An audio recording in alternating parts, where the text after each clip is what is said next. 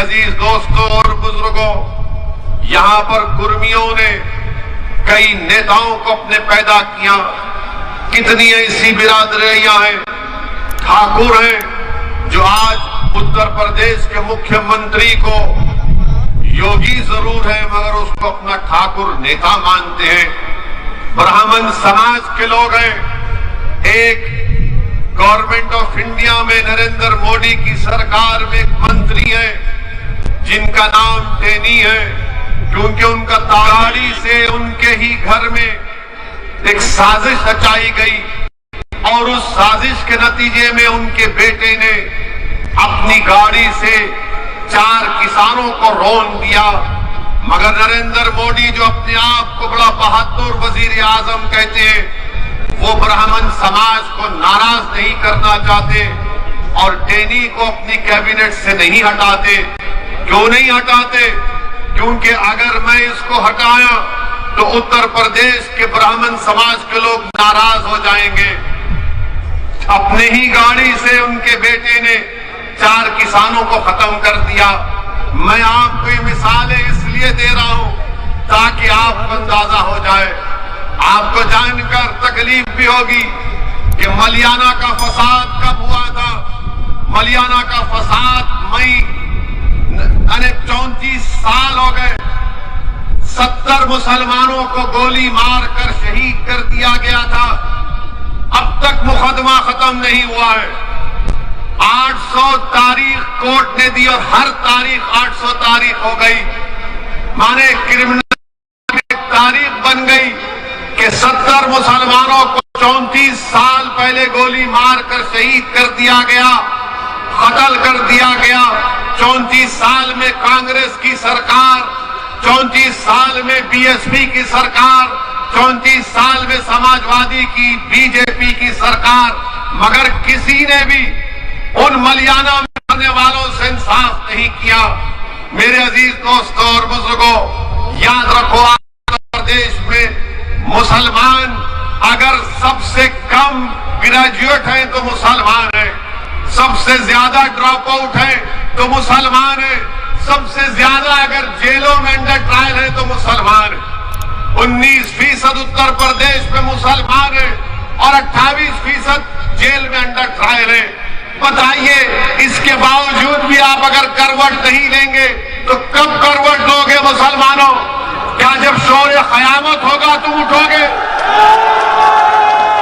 मैं आपको ये दाद हासिल करने के लिए नहीं कह रहा हूं।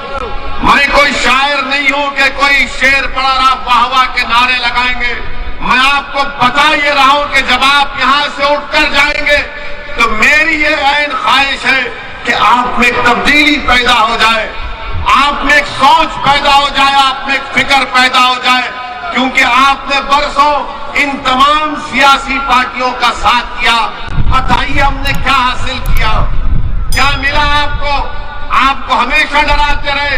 34 साल पहले, 60 साल पहले यही कहा गया फिरका परस्ती को शिकस्त दो, हमने फिरका परस्ती को शिकस्त दी।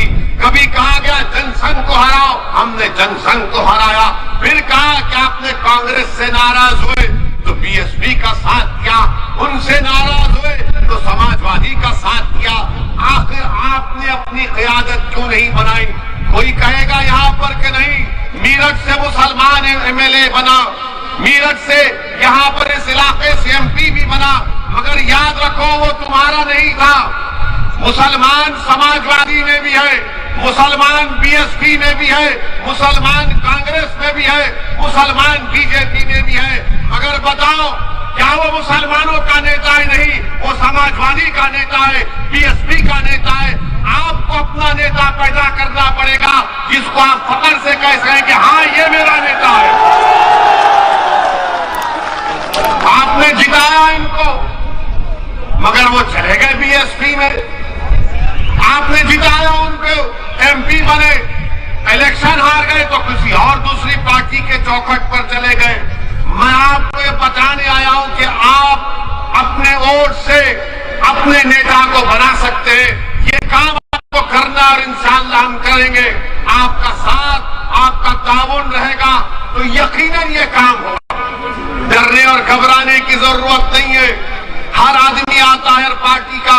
अभी मुझे बताया गया कि आज के जलश्याम में आने से पहले वहां समाजवादी के और बीएसपी के नेता आवाम को रोकना चाहते हैं, पुलिस के जरिए से चेकिंग करा रहे।